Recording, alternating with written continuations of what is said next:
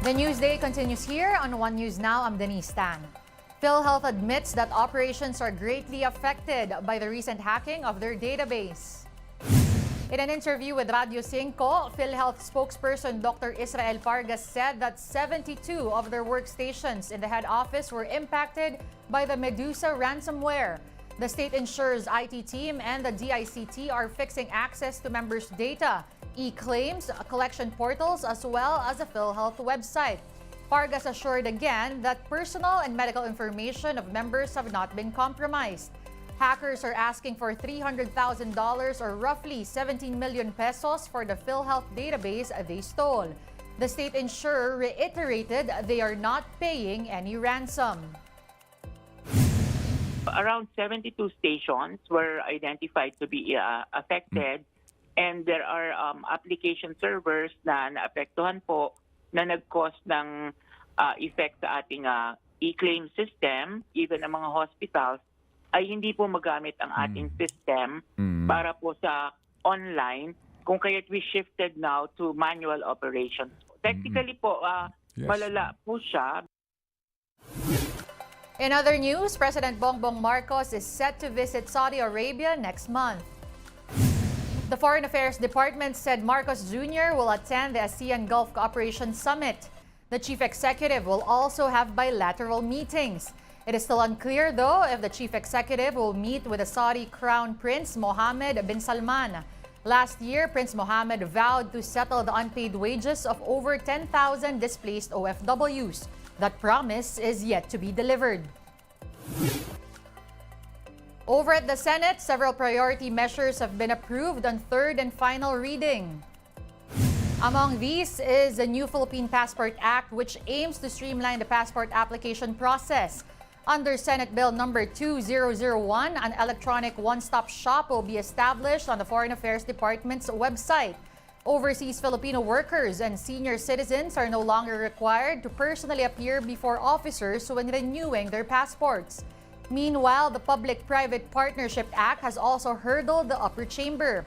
Once signed into law, Senate Bill number 2233 is expected to address the country's infrastructure backlogs and generate jobs.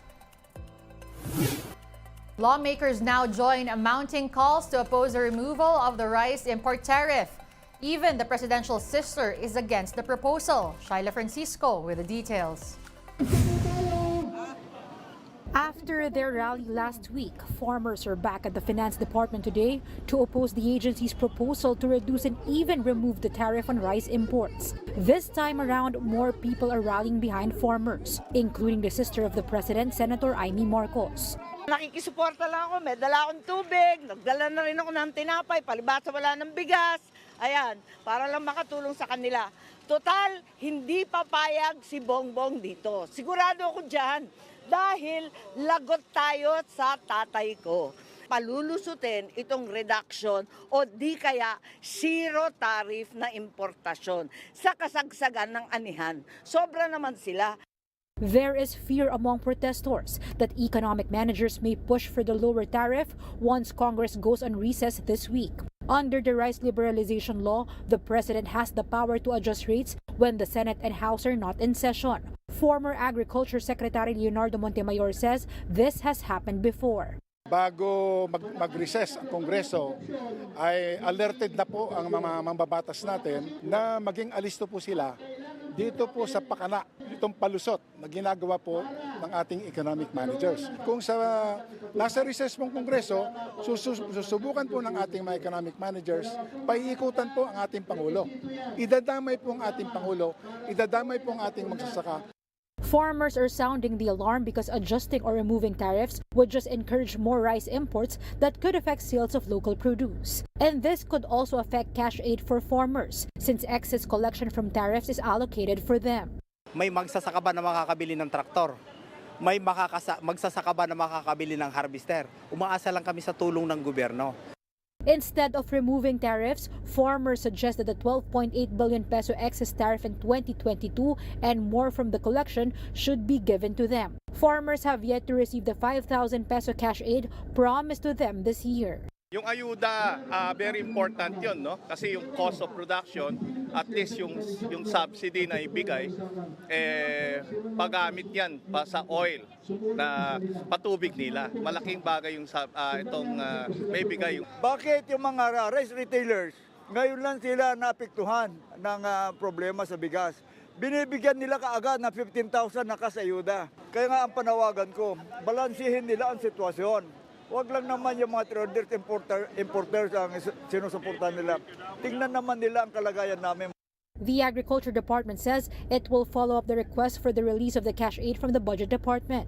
The DA says the Executive Department is yet to discuss the tariff cut proposal, but one agriculture official is already against it. I will not agree to that. Di haya-haya mga traders, kawawa ang mga farmer. For its part, the National Food Authority says it is aggressively buying palay from farmers at the maximum price of 23 pesos per kilo to help them cope with rising production costs. They also want to increase the buffer stock from the mandated 9 days to up to 30 days to help consumers as well. We're actually buffering for the poor. The strategy of the president that the bottom 20%, bottom 20% of our society, we supplied them so that we could remove them out of the market, no? And that will put less pressure on rice prices. Shaila Francisco, we are One News. More stories coming your way after a quick break. Stay with us.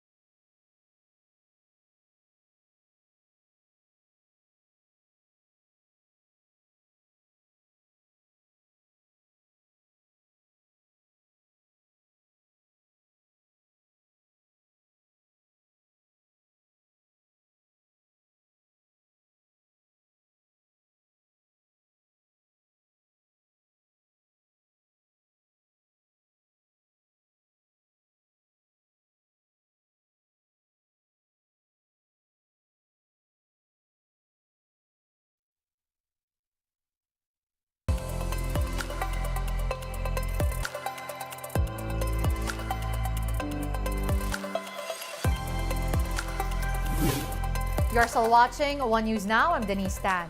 Office for Transportation Security Administrator Mao Aplasca is surprised by calls for his resignation. House Speaker Martin Romualdez urged Aplasca to step down following reports of alleged theft among airport personnel.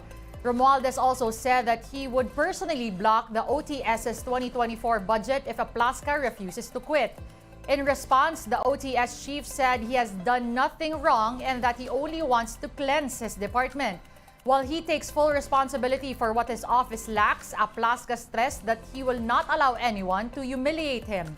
Aplasca plans to discuss the matter with Transportation Secretary Jaime Bautista and President Bongbong Marcos.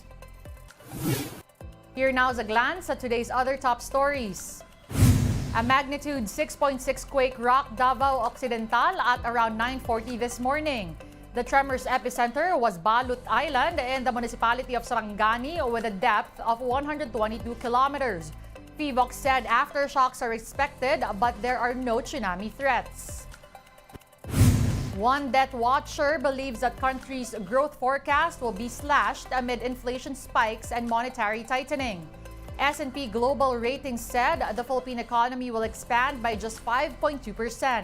This is lower than the 5.9% forecast in June and lower than the government's target rate of 6 to 7%. The country's GDP grew by 4.3% in the second quarter. In sports, the defending Asian Games skateboarding gold medalist Marjeline Dedal has secured a slot in the finals of the women's street event. Dedal recorded 37.86 points in her first run and 41.53 points in her second run. She was limping a bit after her routine, but the 24-year-old skateboarder still made it to the top 8. The finals for the event takes place tomorrow. One of the 4 gold medals the Philippines won in the 2018 edition of the Games in Indonesia was courtesy of Dedal. One News Now will be back at 6 p.m. with the day's latest stories. See you then. I'm Denise Tan. We are One News.